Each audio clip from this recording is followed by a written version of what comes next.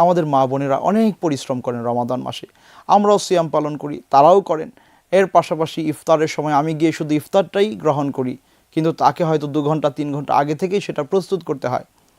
রমাদানের শেষ রাতে আমার বাসায় আমার ওয়াইফ হয়তো আমাকে ডেকে দিচ্ছেন ইফতার সাহুর গ্রহণ করার জন্য, কিন্তু সে হয়তো আরও ঘন্টাখানেক আগে উঠে এটা প্রস্তুত করেছে। তো এই যে বাড়তি কষ্টটা আপনারা করছেন, এটার জন্য আল্লাহ সুবহানাহু ওয়া তাআলার কাছে বাড়তি প্রত্যাশা আপনাকে করতে হবে। এই প্রস্তুতিটা আগে থেকেই নিয়ে রাখবেন যে আল্লাহ, আমি এই কাজগুলো করব শুধুমাত্র তোমার সন্তুষ্টির জন্য। তুমি এটার জন্য আমাকে সওয়াব দাও, এটার একটা আলাদা প্রতিদান তুমি আমাকে দাও।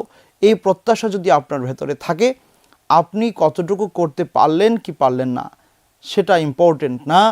আপনি যে আল্লাহর কাছে সওয়াবের প্রত্যাশা করছেন এবং সকল মানুষের খিদমাত আপনি করবেন, এই চিন্তাটা আপনি অন্তরে লালন করছেন, এটার জন্য পরিপূর্ণ সওয়াব আল্লাহ সুবহানাহু ওয়া তাআলা আপনাকে দান করবেন। সুতরাং গতানুগতিকভাবে সবাই ইফতার রেডি করছে, আমিও করছি, এই জায়গা থেকে আপনাদের উঠে আসা উচিত। সবাই সাহুর রান্না করছে, আমিও করব, এই জায়গা থেকে আপনাদের উঠে আসা উচিত।